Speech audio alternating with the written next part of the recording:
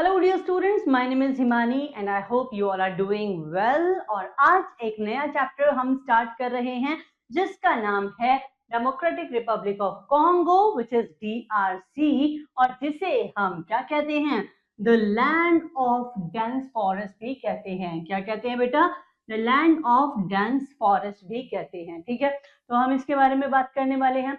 अब सवाल ये है कि हम इसके बारे में क्या क्या बातें करेंगे, तो चलो फटाफट से देखते हैं। हम इसके बारे में देखेंगे, सबसे पहले इसकी लोकेशन देखेंगे, यानी कि हम पहले देखेंगे जो इक्वेटोरियल रीजन में, ठीक है ना, इसकी लोकेशन क्या है। इसके बाद में क्लाइमेट की बात करेंगे, then we will talk about vegetation, ठीक है, वाइल्ड लाइफ देखेंगे किस तरह की है, और फिर हम देखेंगे कि यहाँ के लोगों का लाइफस्टाइल कैसा है। ठीक है, लेकिन सबसे पहले एक बहुत छोटी सी एक्सरसाइज यहाँ आपके लिए है। तो ये जो वर्ड्स, ये जो लेटर्स हैं, इनको अनस्क्रम्बल करके आपको क्या करना है, आपको एक कंट्री का नाम ढूंढना है। जैसे कि आप केन्या ढूंढ सकते हैं, पनामा ढूंढ सकते हैं, आप यहाँ पर इक्वेडोर देख सकते हैं। ठीक है, ऐसे ही आपको ये सारी कंट्रीज के नाम ढूंढने हैं। हालांकि most of them I already have like told you, Kenya, Panama and then Ecuador and then of course Cameroon, Malaysia. ठीक है, तो ये बहुत ही सिंपल सी एक्सरसाइज है। और फाइनली आपको क्या बताना है कि ये सभी कंट्रीज जो है वो कौन कौन से कॉन्टिनेंट्स में मिलेंगी आपको। ठीक है, तो ये भी आपको बताना है। आगे चलते हैं और देखते हैं लोकेशन ऑफ इक्वेटोरियल रीजन्स। ठीक है, तो जब हम लोकेशन की बात करेंगे, देखो यहाँ पर हम इसको मैप में भी समझने की कोशिश करेंगे। ठीक है, map of democratic Republic of Congo, DRC का ये आपको मैप दिया गया है। ठीक है, अब देखो जो इक्वेटर है, ठीक है, जो इक्वेटर है ये पास होती है कहाँ से? Through this country. कौन सी कंट्री? DRC की बात हम कर रहे हैं। तो यहाँ से इक्वेटर क्या है, सीधी जा रही है, and this is one of the largest countries of Africa. तो ये अफ्रीका की क्या है, one of the largest country भी है। ठीक है, और एरिया की जब आप इसकी बात करोगे तो 23.5 लाख स्क्वायर किलोमीटर। समझ रहे हो कितना बड़ा एरिया ये कवर कर रहा है, 23.5 लाख, है ना, square kilometre. Okay, so Democratic Republic of Congo is located in Central Africa and surrounded by the land on all sides। तो समझ रहे हो ये एक लैंडलॉक्ड कंट्री है। ठीक है, तो ये चारों तरफ से लैंड से क्या है, सराउंडेड है। ठीक है, तो बेटा सेंट्रल अफ्रीका की एक कंट्री है, लैंडलॉक्ड कंट्री है, हमने ऑलरेडी देख लिया। और इसकी कैपिटल क्या है? इसकी कैपिटल है किंशासा। ठीक है, और किंशासा इज द कैपिटल। और इसके बाद में हम देखेंगे कि this is why it is also called, क्या कहा जाता है इसको? इसको लैंडलॉक्ड कंट्री कहा जाता है। लैंडलॉक्ड कंट्री मतलब क्या है? सिंपल सी बात है, जो कंट्री चारों तरफ से किसी ना किसी कंट्री के ही बॉर्डर को टच करे। जैसे अगर हम इंडिया की बात करेंगे तो इंडिया लैंडलॉक्ड कंट्री नहीं है। ठीक है, क्यों? क्योंकि ये जो आप देखते हो यहाँ, ये लाइक गुजरात से जब आप इधर आए और फिर इस तरह से, तो यहाँ आपको अरेबियन सी दिखता है, यहाँ आपको बे ऑफ बंगाल नजर आता है। ठीक है, और फिर आपको इंडियन ओशन भी नजर आता है। तो India is not at all landlocked country. ठीक है, तो चलो, तो वो कंट्री जो चारों तरफ से क्या है, ऑफ कोर्स लैंड से घिरी हुई है, तो वो लैंडलॉक्ड कंट्री होती है। ठीक है, अब ये 9 कंट्रीज से क्या है, सराउंडेड है। अब उन 9 कंट्रीज के नाम आपको यहाँ दिए गए हैं, like Angola, Zambia, Burundi and then Rwanda, Uganda, South Sudan, Central African republican and Congo. ठीक है, अब इसको एक बार क्या करते हैं, चलो फटाफट से मैप में देख लेते हैं। क्या यहाँ पर जब हम बात कर रहे हैं DRC की, तो DRC अलग अलग कंट्रीज से घिरा हुआ है, बिल्कुल घिरा हुआ है। ये आपका सेंट्रल अफ्रीकन रिपब्लिक, ये आपका रिपब्लिक ऑफ कॉन्गो, ठीक है, ये आपका अंगोला, देन जाम्बिया, ठीक है, यहाँ पे आप देखते हो बुरुंडी एंड देन रवांडा, ठीक है, साउथ सुडान। तो basically it's a landlocked country surrounded by 9 countries. ठीक है, आगे देखेंगे, जब हम आगे इसकी बात करेंगे तो These regions are home to tropical rainforest।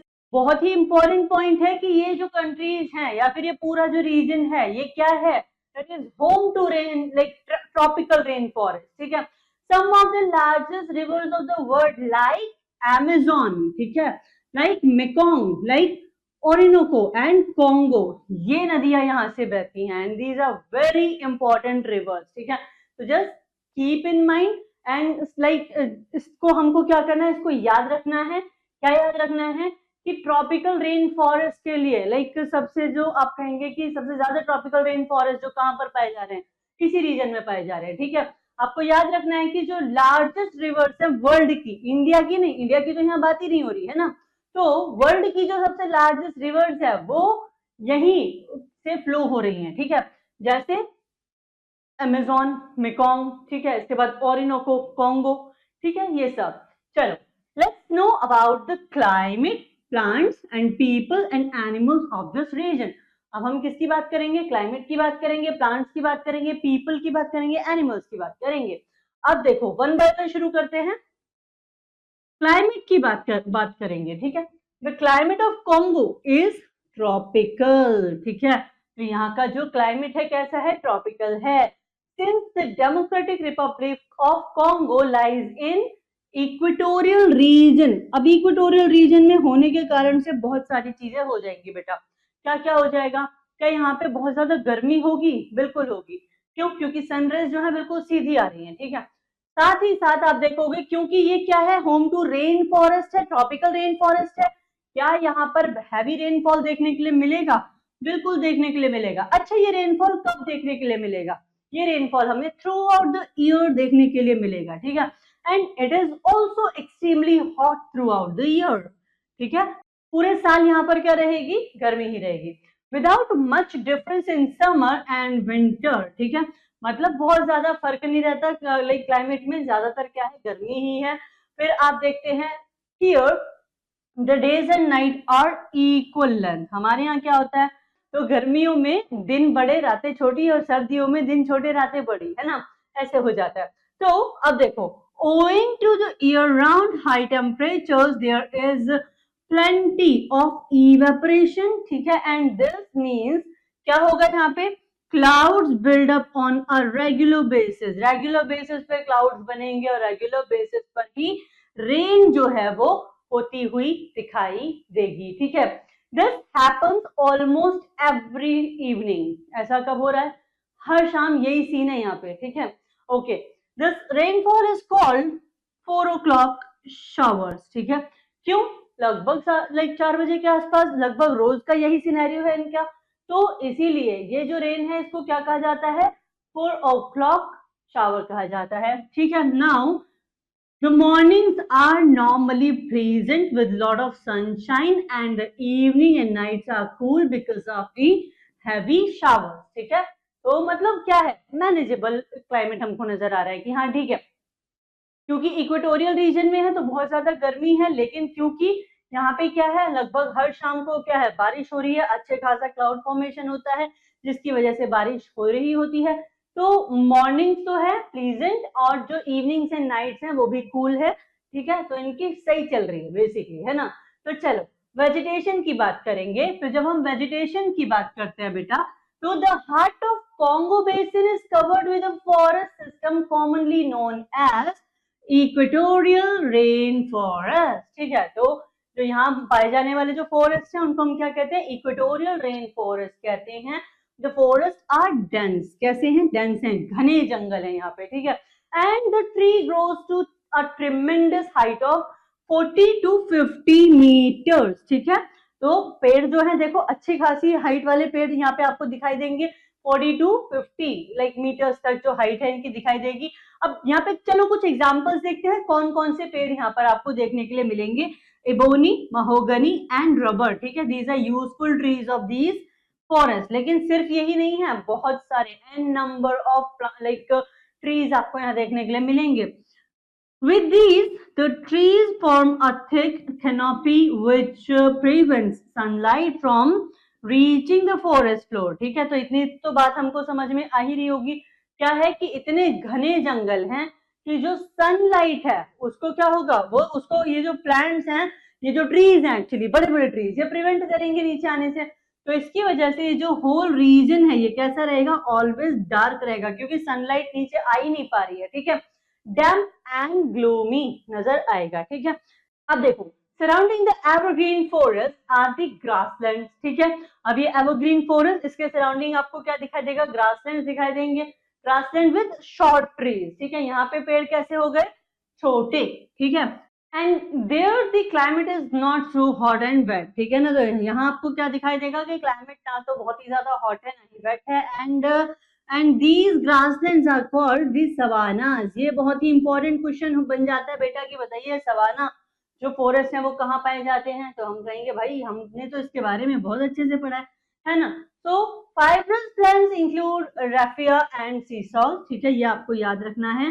Plants including cinchona the source of quinine, ठीक है, तो ये भी आपको यहाँ पर देखने के लिए मिलेगा, और किस लिए यूज होता है, for like of course preparing the medicine, ठीक है ना, तो इससे क्या बनाई जाती हैं, दवाएं बनाई जाती हैं, ठीक है, ये हम याद रखेंगे।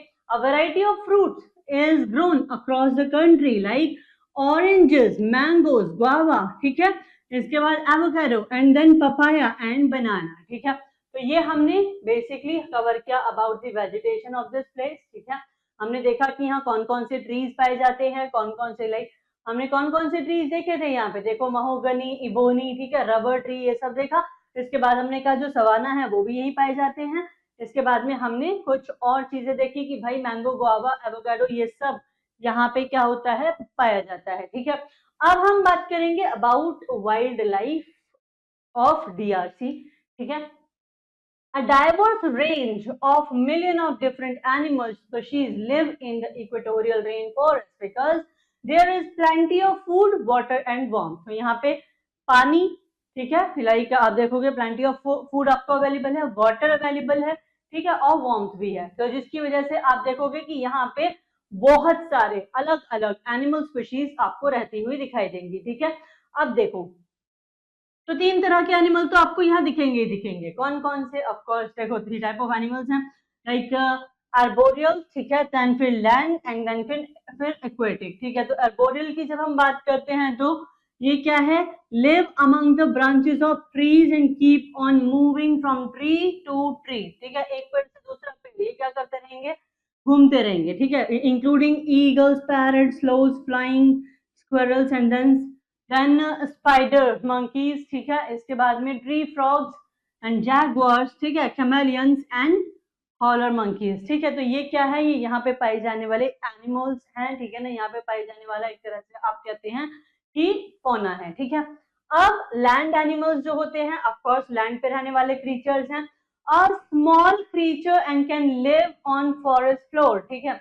तो दीज एनिमल्स इंक्लूड, अब इसमें कौन कौन आता है फटाफट से इनके नाम देखते हैं और समझने की कोशिश करेंगे, इनफैक्ट हम इनको याद रखेंगे कि यहाँ पे हमको क्या मिल रहा है, टापिर्स मिल रहे हैं, देन लीफ कटर मिल रहा है, ठीक है, लीफ कटर एंड इसके बाद में वीवर्स एक्सेट्रा, ठीक है। एक एक्वेटिक में आप क्या देखोगे, एक्वेटिक में आप देखेंगे कि यहाँ पे आपको मिलेंगे वो लोग जो, क्योंकि वाटर की अवेलेबिलिटी ठीक ठाक है तो आपको एक्वेटिक एनिमल्स मिल जाएंगे, ठीक है, एंड दे इंक्लूड कौन कौन है, crocodile, alligator, snake, turtle fish etcetera, ये सब मिलते हैं, ठीक है। चलिए तो हमने बात की वाइल्ड लाइफ की, अब हम यहाँ के लोगों की बात करते हैं, किस तरह के लोग आपको यहाँ देखने के लिए मिलते हैं, ठीक है। तो Democratic Republic of Congo is home to over 200 different ethnic groups, ठीक है। तो यहाँ पे आपको 200 से भी ज्यादा अलग अलग एथनिक ग्रुप्स जो है वो दिखाई देंगे, देखो जैसे कि बंटू ट्राइब, ठीक है ना, तो ये क्या है, it constitute a majority of the country, तो यहाँ पे मेजोरिटी ऑफ द कंट्री कैसे, मतलब इस कंट्री की मेजोरिटी ऑफ पॉपुलेशन क्या है, बंटू ट्राइब को बिलोंग करती है, ठीक है। and sometime it is being called as Bantu also, ठीक है। Now these are tall and dark people with curly hair, तो देखो यहाँ पे ये कॉन्गो पीपल आपको नजर आ रहे हैं, एंड हम बात करें बंतु ट्राइब की तो they live in villages, their main occupation are agriculture and mining, इनका मेन जो ऑक्यूपेशन है वो क्या है, एग्रीकल्चर है और माइनिंग है, ठीक है। ये लोग टॉल हैं और ये लोग कैसे हैं, अब जो लाइक डीआरसी की जो मेजोरिटी पॉपुलेशन है वो इसी ट्राइब को बिलोंग करती है। फिर आते हैं पिग्मीज, ठीक है। तो पिग्मीज जो है ऐसा माना जाता था कि ये कैसे हैं, like they were the earliest inhabitant of the Congo basin, they are small structure people, ठीक है, एंड इनकी हाइट कितनी है, हाइट बहुत ज्यादा नहीं है, ठीक है, 140 सेंटीमीटर से ज्यादा नहीं है, The European colonizers has driven these pygmies into the forested areas where they started living a primitive life, and these people live in small bands of the few families without establishing permanent dwellings. ठीक है ना, तो आप देखोगे कि इनके पास अपने क्या नहीं है, परमानेंट हाउसेस नहीं है, प्रिमिटिव लाइफ ये जी रहे हैं, and they wander from place to place, एक जगह से दूसरी जगह पर ये क्या कर रहे हैं, घूमते हैं। क्यों घूम रहे हैं भाई, क्यों, किस लिए घूमता है इंसान, ऑफ कोर्स कुछ खाने की तलाश में, कुछ लाइक ढूंढने की तलाश में। They wander from place to place. A few pygmies still live in some forest, ठीक है ना, तो आप देखोगे कि ये कहाँ है, फॉरेस्ट में रहते हुए नजर आएंगे। आगे देखते हैं। अब जब हम बात करेंगे कहाँ की, देखो फूड के लिए, फूड के लिए they depend on what, fishing, hunting and gathering fruits, ठीक है, फ्रॉम द फॉरेस्ट। इनको क्या चाहिए, ऑफ कोर्स इधर से उधर ये खाने की तलाश में तो घूम रहे हैं, है ना, तो इसके लिए मतलब ये खाते क्या क्या है, बेसिकली आपको ये बताया जा रहा है। हंटिंग करेंगे, फिश खाएंगे, ठीक है, एनिमल्स को खा लेंगे, ठीक है, गैदरिंग फ्रूट्स फ्रॉम फॉरेस्ट, ये फ्रूट्स भी खाते हैं जो कि इनको फॉरेस्ट से मिल रहे होते हैं। They are clever in climbing trees, जब ये रहे ही जंगलों में रहे हैं तो जाहिर सी बात है कि पेड़ों पर चढ़ना तो इनको बहुत अच्छे से आता ही होगा, ठीक है ना। The Bambuti pygmies specialise in hunting and fishing, ठीक है, तो ये लोग देखो, आप देखोगे कि इनके पास इनका स्पेशलाइजेशन क्या है, ये हंटिंग एंड फिशिंग में बड़े ही मास्टर हैं, ठीक है। And they live in tiny huts, ज्यादा बड़े इनके पास घर नहीं है, परमानेंट इनके पास हाउसेस नहीं है, ये कहाँ रहते हैं, टाइनी हट्स में रहते हैं। और due to hot and wet climate they use, क्या यूज करते हैं, बहुत ही कम कपड़े पहनते हैं, मेनली लाइक लोइंग क्लोथ्स आप देखोगे ऑफ बार्क और स्किन, ठीक है। On special occasions they wear colourful dresses, मतलब ये कलरफुल ड्रेसेस के लिए भी स्पेशल ओकेजन्स का इंतजार कर रहे होते हैं, ठीक है।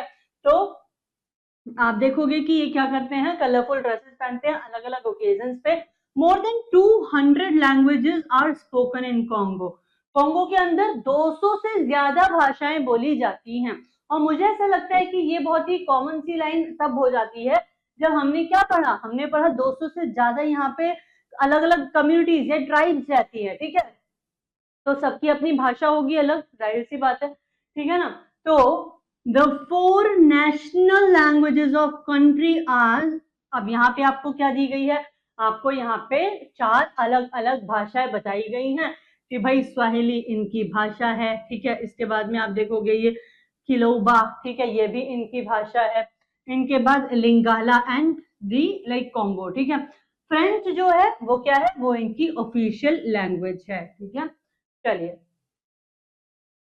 आगे देखेंगे। Congo is best known for what, best known for its music, ठीक है, तो कॉन्गो को इसके म्यूजिक के लिए विशेष तौर पर जाना जाता है। The rumba style is popular, ठीक है। Kwassa kwassa is popular dance music that originated in Kinshasa, ठीक है। तो ये जो देखो इसके नाम से ही आपको इसकी कैपिटल जो है वो याद आ जाएगी, ठीक है। क्वासा क्वासा की जब हम बात करेंगे, क्वासा क्वासा क्या है, पॉपुलर डांस म्यूजिक है, ठीक है, और जो कहां से ओरिजिनेट हुआ माना जाता है, किंशासा से, ठीक है। The people who live along the Congo River enjoy a number of games, ठीक है, and sports including river boat racing, of course like everyone like such kind of things, ठीक है। हमारी सोसाइटी में कोई ना कोई ऐसी चीजें जब होती रहती हैं तो लोग क्या रहते हैं, एंगेज्ड रहते हैं, ठीक है। तो और उनका एक सोशल एंगेजमेंट अपनी जो सोसाइटी के साथ है वो बना रहता है, ठीक है। तो Congo river enjoys number of, okay, जो लोग कहाँ रहते हैं, कॉन्गो रिवर के आसपास में रहते हैं, तो वो क्या, उनके लिए गेम्स क्या है, उनके लिए गेम और स्पोर्ट्स यही है भाई, रिवर बोट रेसिंग कर लो, ठीक है ना। चलो, Congo has a poor transportation infrastructure, इनका ट्रांसपोर्टेशन इंफ्रास्ट्रक्चर कैसा है, एकदम पुअर है, ठीक है। Due to which the country is underdeveloped, जिसकी वजह से कंट्री डेवलप्ड नहीं है, ठीक है ना, तो अंडर डेवलप्ड कंट्री कही जाती है। The Congo River and its tributaries are chief means of transportation and livelihood to the country, ठीक है। तो मेन जो आप देखोगे कॉन्गो और उसके ट्रिब्यूटरीज जो है वो क्या है, उन्हीं के माध्यम से ट्रांसपोर्टेशन जो है वो हो रहा है, ठीक है। This is why Congo River is called as Highway of Central Africa. Important point है, याद रखना है। हाईवे ऑफ सेंट्रल अफ्रीका किसको कहा जाता है? कॉन्गो रिवर को कहा जाता है। हाईवे ऑफ सेंट्रल अफ्रीका किसको कहा जाता है?